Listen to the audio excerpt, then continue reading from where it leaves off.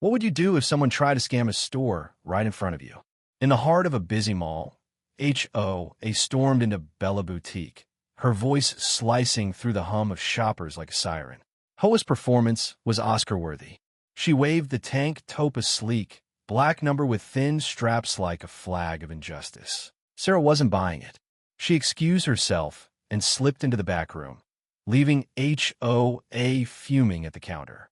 There, she checked the store's inventory system and security footage. Bella Boutique had a policy. Returns required proof of purchase, and defective items were inspected closely.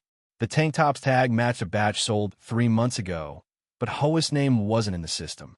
Curious, Sarah pulled up footage from the store's cameras. What she found wasn't just a customer mistake, it was a deliberate scam.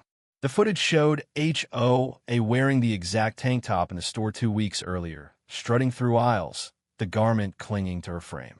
She hadn't just worn it once, she'd lived in it. Back at the counter, Hoa's tirade grew louder. She accused Sarah of stalling, of disrespecting her as a customer. "You think I'm lying? I'll sue this place," she bellowed, knocking over a display of... The room seemed to hold its breath. HOA stammered. "That's not me. You're making this up." But Sarah wasn't done. She swiped to another clip, this one from a week ago, showing HOA trying on other clothes while wearing the same tank top, now visibly worn. The evidence was undeniable. Hoa's lie was exposed, but she doubled down, her voice rising to a screech. "This is slander. I'll call corporate," she screamed, grabbing the tank top and ripping it in half for dramatic effect. Gasps rippled through the crowd. That's when an unexpected figure stepped forward, a quiet, elderly woman named Mrs. Chun, who'd been browsing nearby. Mrs. Chun, a regular at Bella Boutique, had seen enough.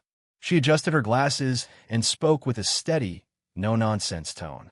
"Young lady," she said to HO, "I saw you in that tank top at the coffee shop across the mall last month. You spilled latte on it and laughed it off. Don't lie to these nice people." The crowd murmured, and Hoa's face turned crimson. Mrs. Chin's words hit like a plot twist no one saw coming. She wasn't just a bystander.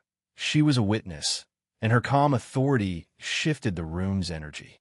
Hoa's confidence crumbled, her hands trembling as she clutched the torn fabric. The confrontation reached its peak.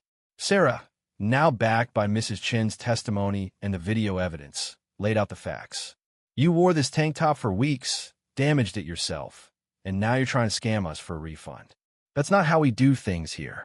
HOA lunged forward, knocking over a rack of blouses in a final act of defiance. "You can't prove anything," she shouted, but her voice cracked. The crowd was no longer on her side. Their whispers turned to open disapproval.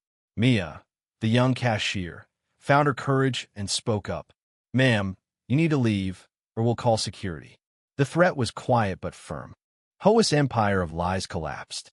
She stood amidst the wreckage of her tantrum-torn fabric, scattered scarves, and a toppled rack. Her eyes darted around, searching for an escape, but the weight of her actions pinned her in place.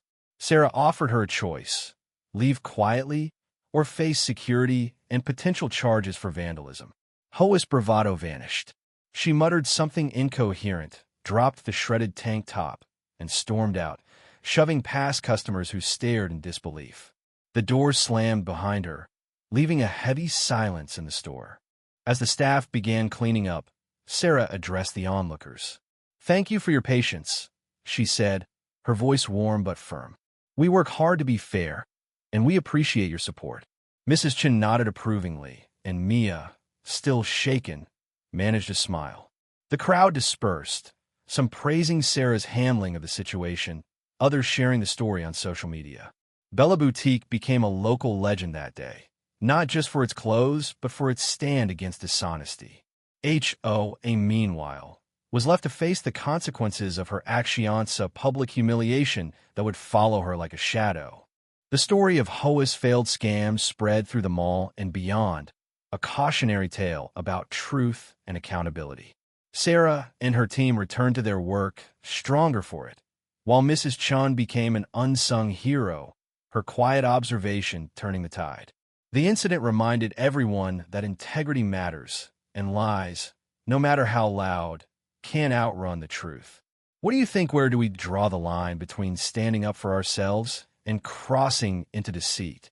Share your thoughts, because stories like this spark conversations that matter.